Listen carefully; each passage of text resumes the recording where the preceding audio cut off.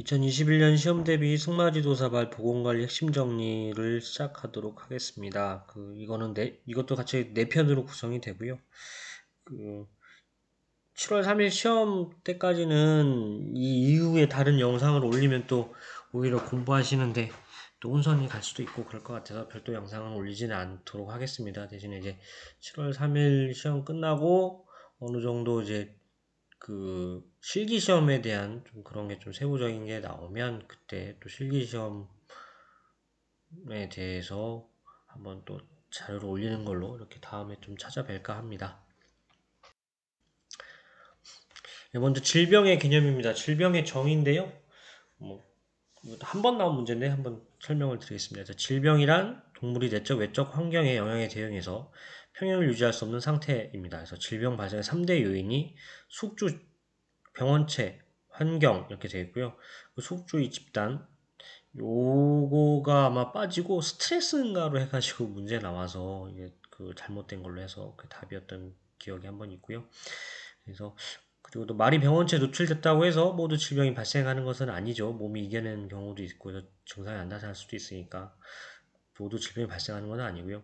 대중요법은 근본적인 병면 악화시 경제적 손실을 가중시킬 수가 있습니다. 대중요법이 뭐냐면 이제 열나면 왜 열나는지 원인을 파악하는 게 아니라 열나면 그냥 해열제 주고 설사가 생겼다라고 하면 왜 설사가 나왔다 이게 하는 게 아니라 그럴 때 설사약 주고 이런 식으로 그냥 증상만 완화시키는 그런 요법인데 그러다 보니까 근원 뿌리를 뽑지 못하면 결국에는 이제 망가지는 것처럼 근본적인 병변이 약화될 때 오히려 더 말한테 안 좋을 수가 있죠. 바로 경제 손실로 이어지니까 그런 내용이 되겠습니다. 말의 질병 개요, 그것도 건강한 말의 상태 확인 요 파트인데요. 요 파트도 어쨌든 은근히 나오긴 해요. 그래서 근데 좀 범위가 광범위하다 보니까 어쨌든 시험에 나왔던 올바른 표현을 추려봤습니다. 우선 눈은 밝고 넓게 열려있고 귀는 잘 움직여야 한다. 사료가 계속 공급되면 말은 조금씩 자주 먹는 것을 좋아한다. 소변의 정상색은 옅은 노란색이다. 체온, 맥박, 호흡수는 휴식 중인 건강한 말에게는 뚜렷한 변화가 없다. 휴식 중인 말의 정상적인 심장 박동수는 32에서 42회, 호흡수는 분당 8에서 12회, 정상 체온은 36에서 38.5도 라고 나온 페이지도 있고요. 또 휴식시 성마의 정상 수치는 체온 38도, 맥박 약 40회, 호흡 약 12회 분당이다. 이렇게 나오는 게 있어요. 근데 숫자 표현은 다르지만 말 보건관리 책에 이렇게 두 군데가 나오는데 표현은 다르지만 어쨌든 다 거기가 거기니까 그거 생각하셔서 아마 답은 좀 많이 벗어난 숫자로 나와요. 틀린 거 고르거나 이런 거 할 때는 그러니까 요 정도로 숙지하시면 될 것 같고요. 체온 측정을 위해 체온을 항문에 넣었을 때는 반쯤 넣어야 하고 직장 한쪽 벽에 닿도록 체온계를 약간 눌러줘야 됩니다. 안 닿으면은 온도 측정이 안 된다 이렇게 생각하시면 되고요. 당연히 이제 그럴 때는 조심해야겠죠. 잘못하면은 상할 수가 있으니까 몸이 상할 수가 내장이 상할 수가 있으니까 이렇게 되고요. 건강한 말의 잇몸은 점막이 핑크색을 띠고 모세혈관 재충전 시간은 2초 이내이다. 이렇게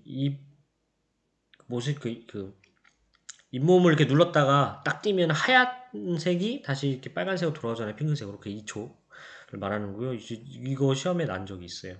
맥박은 말의 왼쪽 팔꿈치 뒤에 청진기를 사용하여 측정할 수 있다. 이런 표현이 있었습니다. 다음은 호흡기계 구조입니다. 그래서 전두동은 이마뼈 안에 있는 굴이고요. 요거는 책에는 구체적인 설명이 없었던 것 같아요. 그래서 제가 아마 포털 사이트에서 검색해서 알려드렸던 거고요.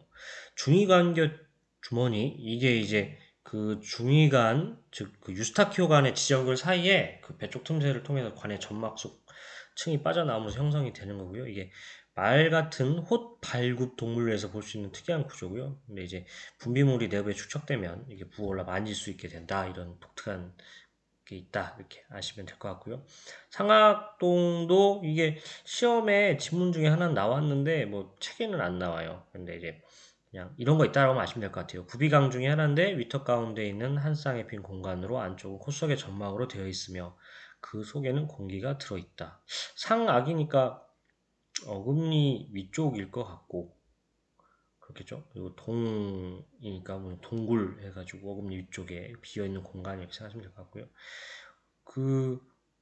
근데 꼭 아셔야 될 건 부비동이에요. 부비동인데 부비동은 이제 그 비강을 둘러싸는 두개골로에 형성된 공기를 포함하고 있는 빈 공간으로 태생기부터 나타나 생후에 완성이 되고요. 근데 이제 부비동에 염증이 자주 발생해서 그중에 농이 고이는 걸 축농증이라고 합니다. 그래서 부비동염의 증상이 이제 머리 아래로 숙일 때 농성 콧물이 다량 흘러내리면서 호흡곤란을 보인다. 이렇게 하시면 되고요. 주의 감겨 주머니하고 부비동 요거는 꼭 챙기시면 좋을 것 같습니다. 그 말의 그 정상적인 해부 생리에 관한 특징인데요. 이게 내용은 여러 페이지에 걸쳐 나오는데 좀 그 중에서 좀 이렇게 좀 될 만한 거 좀 추려본 내용입니다. 그래서 말의 척추는 마하계로 나오는데요. 경추 7개, 흉추 18개, 요추 6개, 천추 5개, 미추 15에서 22개입니다. 이게 그 순서도 알아야겠고요. 그 부위별 뼈 개수도 알아야 됩니다. 그리고 인대는 뼈와 뼈를 연결하는 결합 조직성 구조. 의대나 뭐 이런 데 수의대 다니는 분은 당연히 아시는 걸 텐데 그 전공이 이쪽이 아니시면 생소할 수 있어서 좀 그런 거고요. 말의 자궁은 해부학적으로 쌍각자궁, 둑불자궁으로 Y자 형태이다. 내분비계를 통제하는 내분비선은 호르몬이라는 생체 조절 물질을 도관 없이 직접 혈관 내에 분비한다. 말은 주로 운동 후나 통증이 있을 때, 흥분했을 때, 고체온 시에 많은 양의 땀을 흘린다. 앞말은 36개의 치아가 있으나 수말은 40개인데 이는 송곳니가 수말에게만 있기 때문이다. 그래서 앞니, 전구치, 후구치 하면은 거기에 상하 좌후 하면 곱하기 4를 하잖아요. 그럼 36개가 나오고요. 수말은 이제 여기에서 송곳니 하나니까 4개가 더 들어간 거죠. 그래서 40개 이렇게 된다 생각하시면 되고요. 그래서 말은 그리고 또 말은 단위 동물, 위가 하나인 동물이잖아요. 소처럼 위가 여러 개가 아니라 위가 하나이기 때문에 주로 소화는 장에서 이루어진다. 어떻게 보면 좀 마학이랑 좀 겹치는 내용이 많은데요. 어쨌든 그거 참고하시면 될 것 같습니다. 이제 말의 질병은 한 50%가 운동기계 질병입니다. 아무래도 이제 말을 운동하는데 써먹는 거니까 운동기계 질병이 되게 많이 나옵니다. 그래서 참고하시면 될 것 같고요. 골절은 외력의 작용이 강하여 뼈가 부분적으로 또는 완전히 끊어진 상태, 이게 골절이고요. 염자는 관절의 정상 가동 범위를 넘은 외부 힘이 가해졌을 때 일어나는 외상. 탈구는 관절을 구성하는 뼈, 연골, 인대 등의 조직이 정상적인 생리적 위치 관계에서 이동한 상태. 좌상은 과도한 스트레칭으로 근섬유가 찢어지는 등의 근육 손상. 연골증은 심한 운동을 지속적으로 하게 되면 관절에서 두 뼈가 서로 맞닿는 연골이 깨져 관절면이 거칠어지거나 부분적 마모를 보이는 증상 이렇게 되겠습니다. 운동기계 질병 중에도 발굽질병입니다. 처음 백선열은 그 백선 부위가 그 외부의 충격 및 세균의 증식으로 인해 훼손되거나 썩어 제벽이 분리된 거고요. 그래서 백선이 뭐냐 이게 살아있는 각질과 죽은 각질을 나눠주는데 편자못 박을 때 경계가 되는 중요한 기준이 되겠습니다. 그래서 의동은 제천부에서 제벽과 감각층이 분리되는 것, 그래서 그 사이 공간이 푸석푸석한 각질로 채워지는 형상, 그 모습이 마치 개미굴 같아서 개미 의자에 동굴 동자 써가지고 의동이라고 한다. 요것도 은근 잘 나와요. 열재, 발굽의 외상이나 충격, 건조 등으로 발굽벽에 금이 가서 제벽에 금이 가 생기는 갈라지는 질병. 열재도 자주 나오고요. 아마 가장 많은 게 제차불안일 거예요. 마하까지 통틀어서 제차하고 제차불안은 엄청 나옵니다. 제차불안은 제차가 썩어 문드러지고 악취가 나는 등 제차가 부식되는 발굽 질병이고요. 여기서 제차란 말이 달리면서 지변에 발굽을 디딜 때 미끄러지지 않도록 하는 브레이크 역할을 하고 탄력성이 있어서 지변으로부터 받는 충격을 흡수해주는 발굽의 매우 중요한 구조물입니다. 말 딱 들어보면 그 삼각형 있잖아요. 뒤꿈치 쪽으로 그거 말하는 거예요. 제조농양입니다. 제조농양은 이물질에 의해 제조 부위에 관통상이나 좌상이 생기면서 염증이 퍼져 농양이 생긴 것.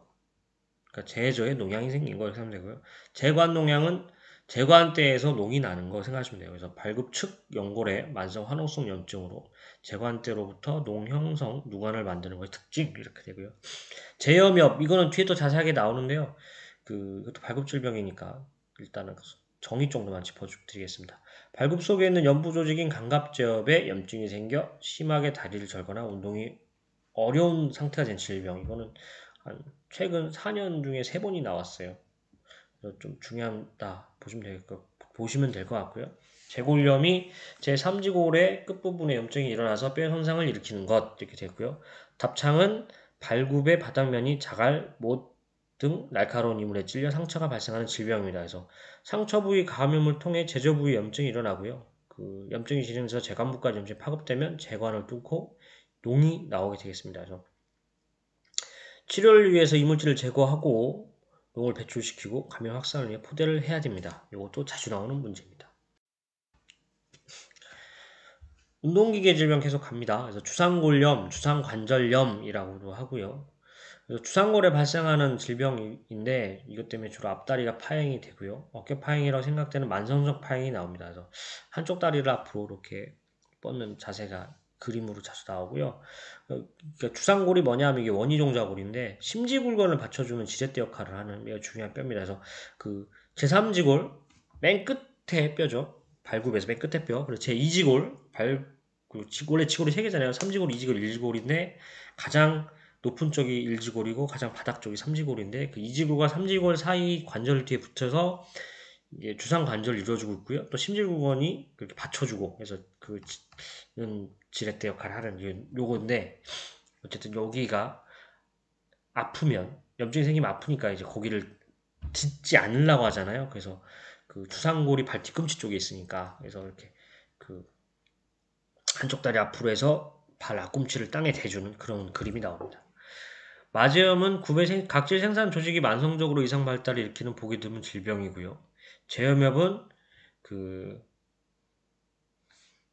발굽 속에 있는 제골과 각질살 연부 조직에 급성 또는 만성으로 염증이 생겨 심한 파행을 일으킨 질병이고요. 발굽 속에 있는 연부 조직인 감각주엽에 염증이 생겨 심하게 다리를 절거나 어려운 상태가 됩니다. 그림은 두 다리를 앞으로 하는 그림 이렇게 되겠고요. 요거는 또 뒤에 자세하게 또 설명 또 나와요. 예.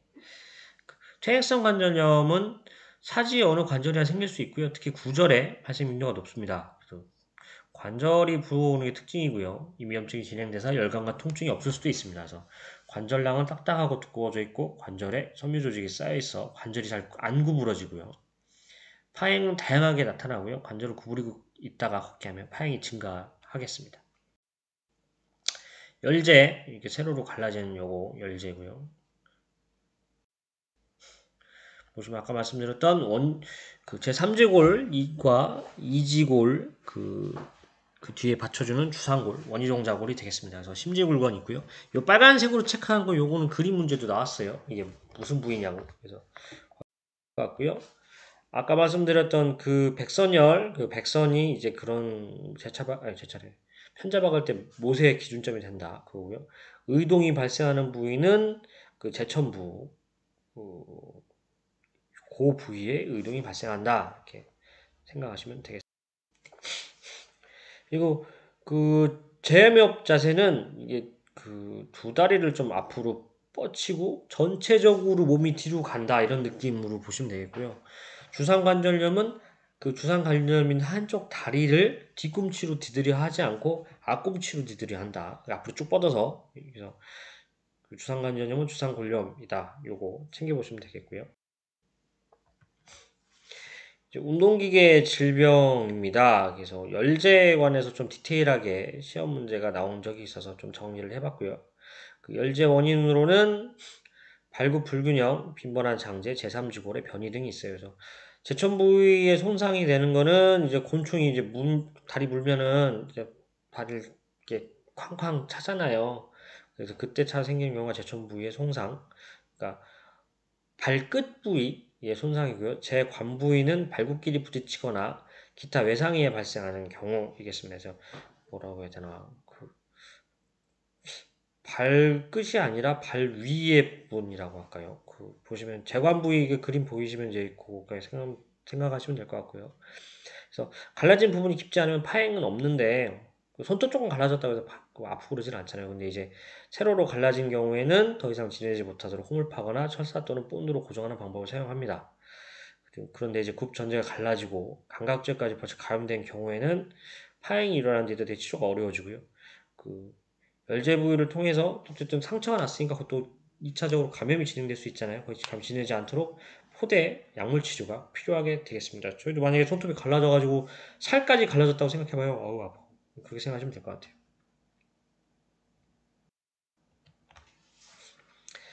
운동기계 질병 계속 갑니다. 그래서 누운 짓에 있습니다. 그 발굽 정상 각도가 유지를 해야 되는데 약간은 그 발끝 그이 길고 그러니까 그 뭐라고 해야 되나 발끝은 길고 뒤꿈치는 낮아서 전반적으로 뒤로 눕는 그런 형상 이렇게 누운 짓인데 어쨌든 그러려면은 치료를 위해서는 발끝을 삭제를 하고요 뒤꿈치를 살려둬 가지고 각도를 맞춰줘야겠죠. 근데 깎는 걸로 안 되면 치료 편자를 대주기도 해야 되고요. 지골류는 그 구절 아랫부분에서 발굽에 이르는 발목관절을 형성하는 지골, 1지골, 2지골, 3지골에 골류가 생기는 질병입니다. 주로 앞다리에 많이 생기고요. 제3지관절, 땅에 가까운 쪽이죠. 거기를 저지골류, 제2지관절은 그 고지골류라고 부르고요. 그 관절면에 침투하지 않은 지골류를 가성지골류라고 하고요. 관절면에 침투할 지골류를 진성지골류라고 하는데 여기서 진성지골류인 관절과 침투한 지골류는 만성적인 파행이 나고요. 요거는 전 연령에서 발생을 할 수가 있습니다. 그리고 만성 증식성 활막염은 그 관절을 구성하는 활막에 염증이 생겨서 만성화가 되니까 활막 패드 및 선보의 크기가 비정상적으로 커지는 것으로 관절이 구부러지는 각도가 줄어들고 결국 보폭이 짧아지게 되겠습니다. 요것도 17년대 한번 지골류 사진 때문에 가지고 왔습니다. 그래서 구절 아랫부분에서 발굽에 이르는 발목관절 형성하는 지골, 예, 골류가 이제 혹 같은 건가 봐요. 골류가 생기는 질병, 이런 그림이다. 이렇게 생각하시면 되겠고요. 요거 튀어나온 거. 예. 누운지세 같은 경우에는 이제 좀 디테일한 설명이 있어서 더 한번 알아보겠습니다. 그래서 가장 그 흔히 볼 수 있는 비정상적 발굽 지세고요. 발끝 제첨이 길고 뒤꿈치 제종이 낮아서 옆에서 보면 뒤로 기대에 서 있는 것처럼 보이고요. 그 반목지에서 편자가 없는 상태로 너무 오래 뒀거나 뒤꿈치 부위를 너무 낮게 삭제하는 경우에 이런 수가 있고요. 이렇게 되면은 어쨌든 뒤로 눕다 보니까 중수부 그 뒤에 부착된 건에 물을 주어서 굴건염의 원인이 될 수 있죠. 그래서 치료를 위해서는 발끝 부위를 삭제하고 뒤꿈치 부위를 살려줘 정상 발끝 각도의 교정 삭제를 해야 되고요. 뭐 뒤꿈치를 높여주는 치료 편자를 장착하기도 합니다. 그림이 이제 그런 누운 짓에 대한 설명이다. 이렇게 참고하시면 되겠습니다. 이쯤에서 이제 왠지 정상적인 발굽 각도 이거 마하게 나오는 건데 알고는 가야 될 것 같아서 마하 그림 갖고 왔습니다. 그래서 앞발굽은 45도 50도, 뒷발굽은 51도 55도가 되겠고요. 그 보시면은 그 견갑골하고 그 저거 뭐예요? 저 1지골이고 3지골 각도가 서로 평행하는 거죠. 90도로 꺾이니까 이게 정상적인 표준지세고요. 이게 후답지세는 뒤로 가 있고 전답지세는 발이 앞으로 가 있다. 이거 생각하시면 되겠습니다. 이것도 마하게 있는데 그 일어선 지세라고 있어요. 누운 지세의 반대거든요. 이거는 마하게 있는 그림을 일단 참고차 갖고 왔군요. 그 일어선 책에는 그러니까 말 보건관리 책에는 이제 일어선 지세는 발끝이 짧고 뒤꿈치가 높은 지세로 일어선 지세인데 반동이 강하고 관조를 필요하게 하겠습니다.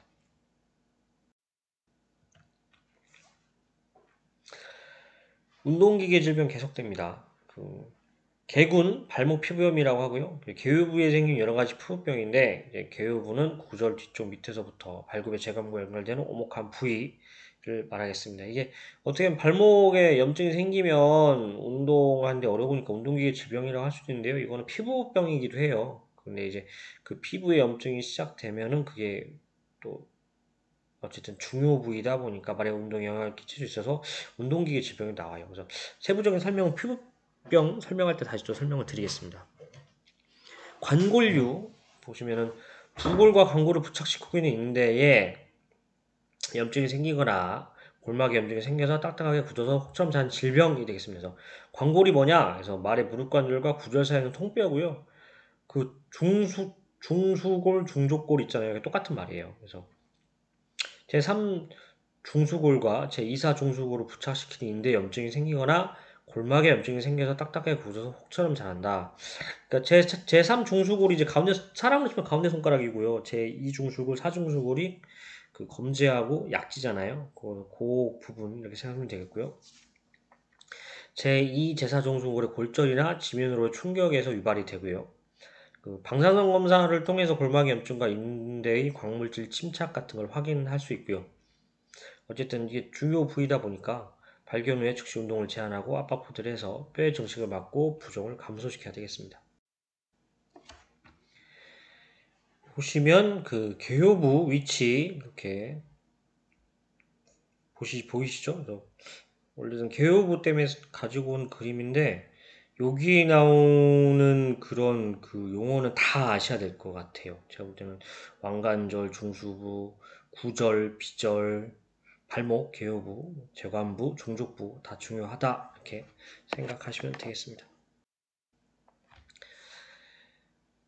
2021년 시험 대비 승마지도사 발포공갈 핵심 정리 1부를 마치겠습니다.